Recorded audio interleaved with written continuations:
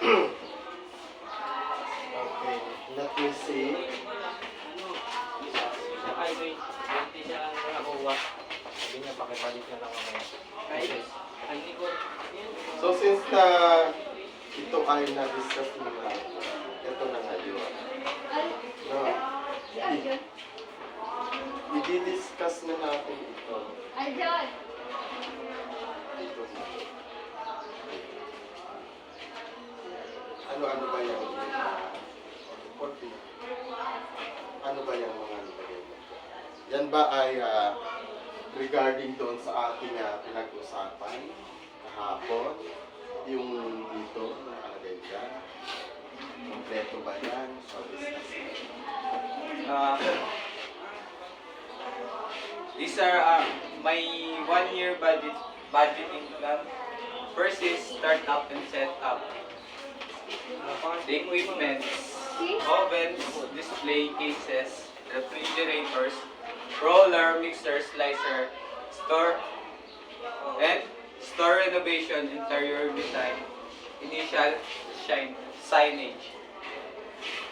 It costs 250,000. Then we have operation expense worth 342,000 a year. My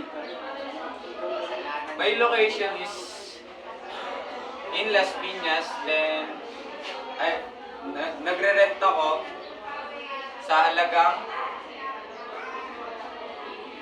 240,000 a year.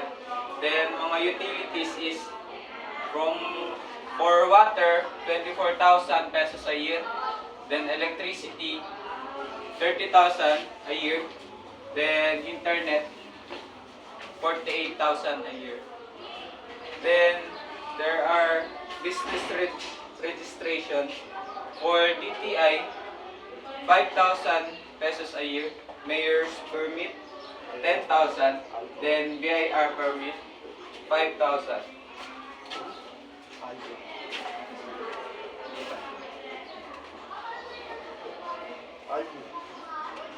Ha? Ano ba? Panchi? Aljo? Ito? Ito ba yan? Twist to? Alin? Ang sa drawing ko. Ano ba sabi? Parang mali yata yung pagkakas niya. Yes, yes. Then, the salaries of our workers is from managers 120,000 a year, then 10,000 a month. For how many employees? I have sir, 3 employees. Then I have full-time staff 84,000 a year. It costs 8,000 a month. Yeah. For part-time helper 24,000 a year. Then 2,000 pesos a month. And for my inventory and supplies, my budget is 180,000. For flour, 40,000.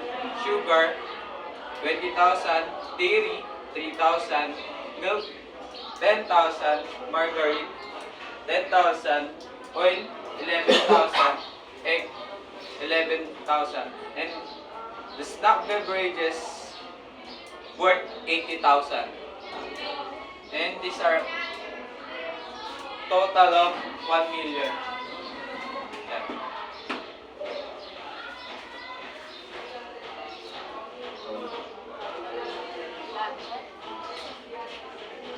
Ano bang meron sa business mo? I-edit ko na ito. Tapos babalik ko isa. Yung sa akin sa yung company background ko, yung business name ko is KN Cafe. Tapos yung type of business, partnership, location, mayaman.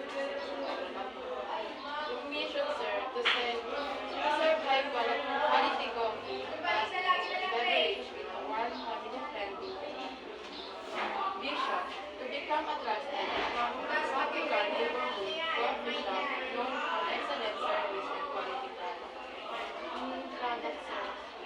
coffee drinks, espresso, cappuccino, latte, cold brew. The pastries are muffin, cookies, croissants. The snacks and beverages, sandwiches, coffees, and tea. The nature and form of business organization. The nature of business is service, coffee shop, and food service. Form of business, partnership, owned by two partners, responsibilities, expenses, profit share. Organization, partners, handle operations, finances, marketing, and customer service. Staff, two employees, baristas and cashier. Suppliers, provide coffee beans, milk tea, pastries, and other ingredients. Corporate culture. Corporate culture refers to the shared values, attitudes, and behavior in organization. The elements of K&N Cafe corporate culture. Professionalism and respect toward customer and coworkers. Teamwork among staff for smooth daily operation. Open communication between partners and employees. Positive attitude, honesty, and ethical behavior. Clean, welcoming, and safe work environment. Purpose of corporate culture. Encourage productivity and efficiency. Reduces conflicts and misunderstanding. Promotes ethical behavior in corporate.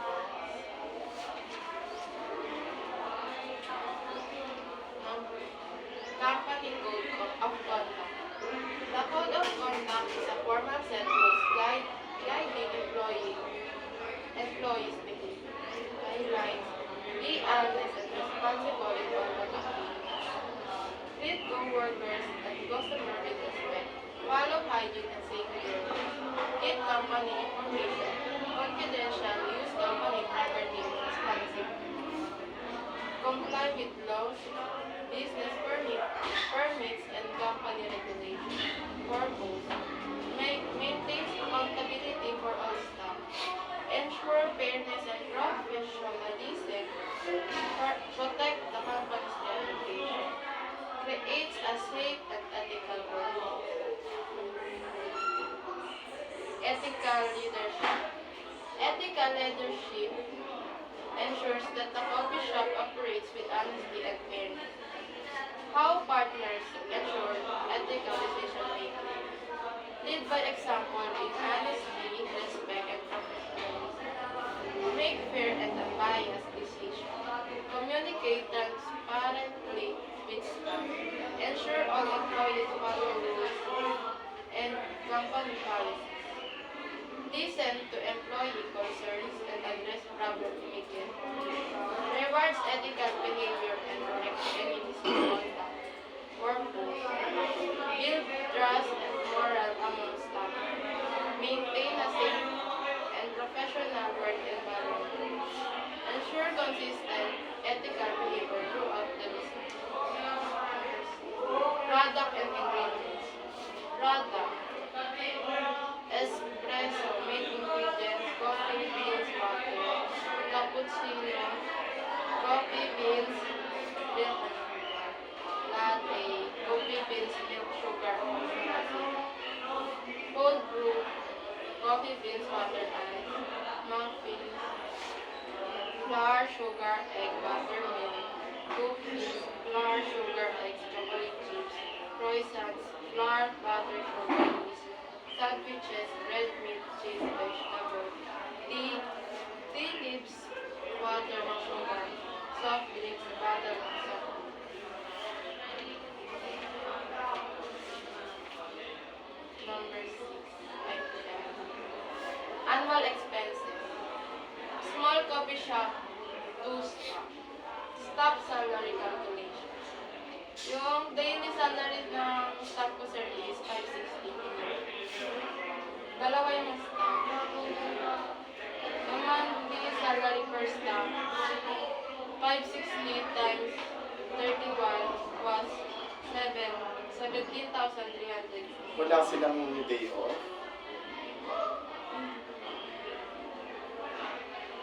Hindi ba kanya?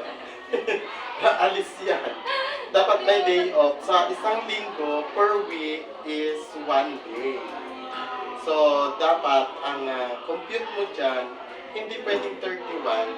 Ang compute mo dyan is 26 days ang isang month. Kasi, yung 4 na araw, day off nila. So, depende kung anong araw yung day off niya. Palitan yun. Diba? Kasi pag wala silang day off, aalis yan. Hindi naman. Hindi sir, kung masipag naman eh, why not? Eh, magto-double ka doon. Diba? Double salary yun. Tapos Sa halip na nakatipid ka. sa rent at utilities, yung rent 20,000 a month. Tapos yung utilities 5,000 a month. Times 12, 300,000. Employee salary, Pakinggan mo masyado yan kasi papasok sa exam na. 2 staff, 560 day times 31 times 12. 31. For 16,640. Inventory and supplies. Coffee, milk, tea, pasties, and snacks, 200,000. Equipment and maintenance. Coffee machine, grinder, furniture repairs, 150,000. Marketing promotion, social media ads, flyers, 20,000. License, insurance, business permit and insurance, 15,000. Miscellaneous and contingency. Cleaning, small repair, unforeseen costs, 200,000. Total annual expenses is 1,121,600. Magkano ba ang inyong sharing dyan? 560,820 Times 2. was 1,121,000. Yun. Yung sa marketing strategy naman, social media campaigns on Facebook and Instagram, flyers in nearby school, office, and neighborhood, loyalty program, buy 9 drinks, get 1 free, seasonal promotions during Pwede ba ako mag-order? Yeah. Magandang offer. Buy one, take one. Hindi sir, buy 9. Ay! Buy 9? Take one. Ano paninda? Paano yung bibili kong isa lang, tapos siyam yung bibili? Lunod. Management and staff. Parang ang hirap noon. Lalong hindi ka mabibilan yan. Hindi Kasi sir, kailangan pa nilang kumuha ng 9 na members, tapos ikaw. O, di paano bali pag 10. family sila sir? Hindi naman lahat ng family ganyan nabili, di ba? Eh, nasa school pa yan. Sinong... Ang tanong, yung bang estudyante na papasok doon, eh, kasama ang pamilya niya. Di ba hindi naman? Malulugi ka dyan. Baka maghapon, isa, dalawang benta mo na. Magkano lang yun? Kung magbabay one take one ka, yun pa. Sabihin kong effective yun. Pero yung buy 9, take one? Sus ko. Binigyan mo pa ng problema yung bibili. Saan ko dadalhin to? Diba? Financial projection. Total amount expenses, 1,121,000. Eto sasabihin ko sa'yo. Pag sinabing puhunan, walang putal. Laging sarado. 1,100,000. Sir, dapat kasi ang budget ko dyan 1.5. So, pwede yon. At least may rebate. Di ba? May remaining. So, yung remaining na yun, yun yung magiging ano nyo, yung pinaka tira doon sa puhunan nyo. Hindi magagalaw yon.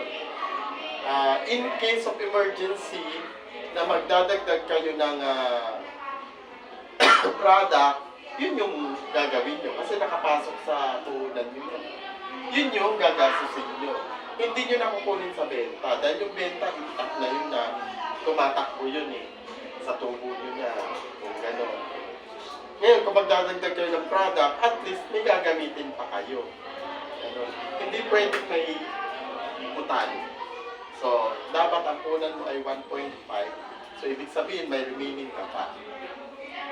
So, pwedeng magkaroon pa ka ng panibagong product. Some person sa based on selling 50 cups of coffee and 20 pastries per day. Projected annual sales is 1,715,500. Then sa projected annual profit, yung kinita nila sir, 5,928,860. Sa profit sharing nila sir is 296,900 per year.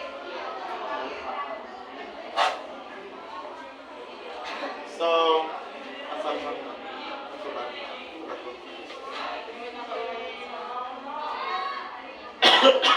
So, wala ka pang sabi ko kahapon, yung mga computation nyo is mag-start sana per day, and then per week, per month, per year. Diba? Kahapon, liwanag. So, yung kay John Rod kasi, nag-start siya ng Per week. per week ba? Per year. Per year na to eh. Per year. So, ito computation mo is per year. Ayun mo po. Ang laki. Wala yung per day, yung per week, yun ang tinitingnan ko. Kasi i-report nyo to ng totoong report. Hindi lang, kasi ngayon, ginagawa nyo, editing to. Kaya nyo nire-report. So, ang pinaka-final nito is, kung sa research to nyo, i-defense nyo, ito naman, final reporting ang tawag. No, hindi defense, final reporting. So, matagal pa naman yun. Siguro, ang final reporting nyo ay sa first, ano ba tawag dyan? Sa monthly exam nyo. Yan. Ito, yung, magiging exam nyo sa monthly. Hindi na to sa babago. Depende sa iyo kasi hindi mo pa naman ito na-report. Hindi ko pa naman alam kung anong nilalaman nito. Kung paano mo nakuha itong projection na to. Diba? So wala ka pang binabanggit. Ito na pinanggit mo. No? Pero yung narinig ko yung report mo, wala yung per day, yung per week, per month, per year lang yung nakinig ko. No? So kung meron ka mang siguro binanggit dito na per month, Salary. ano yon, hindi siya fit doon sa division. Ibig sabihin, first division is per day, second is per week, third is per month, and then the fourth is per year. Dapat apat yan. Per day, per week, per month, per year. Apat dapat yun. So, ito, hindi ko maintindihan kung bakit pagkadami-dami. Sa isang taon din pala to, binuo mo. Tapos, ang hinahanap ko dito is yung ladder. No? Kasi pag ganito, para tong Meralco. Diba? Ito yung isang buwan, mababa-baba. Yung sumunod na buwan, tumaas yung bill. Tapos yung pangatlo medyo bumaba, yung pang-apat naging mataas yung bill. Parang Meralco to eh. No? Ito ay ginagamit sa billing. Kahit ng electric bill, ganito ang projection ng graphing. Pero yung tinatawag mong pag naggawa ka ng business, ang karamihan dyan na ginagamit is pie chart. No? Kasi doon makikita kung anong buwan siya kumikita. No? Or yung ladder chart. Dalawa lang yung pagpipili. Pwede kang gumawa ng ganito, kaya lang, kasi may ranko ito eh. Ang hirap niyan. No? Lalo na kapag ka in-explain mo, ang dating yan ay parang feeling. So, hindi po pwedeng ganito kasi pag hinanap, saan yung per day ng ng salary. Ganyan. Tapos, nasaan yung yung per week ng salary. Nasaan yung per month ng salary. Yung per year ng salary. Tapos, eto pa, meron ka pa uli. Yun ay isa pa lamang sa chart ng salary. Nakalagay salary chart. Tapos, sunod noon, yung mga benta mo per month ng chart din. So, ganun. Para maliwanag. Para pagdating ng reporting nyo, hindi ka na kailangan pang explain at hindi na magtatanong yung panel mo. Diba? Kasi maliwanag na nakikita na nila. So, hindi ka na mahihirapan. Mabilis na. No? Ganon. Ito po lang ito. Wala ko. Pwede. So, madali lang naman to. I-divide mo lang naman siya. No? Kailangan lang dyan, kasi pag report nyo ng final report nyo, syempre may panel din tayo. Magpo-compute namin yan. So, ito yung tinatawag na home report pa na ito. Home report.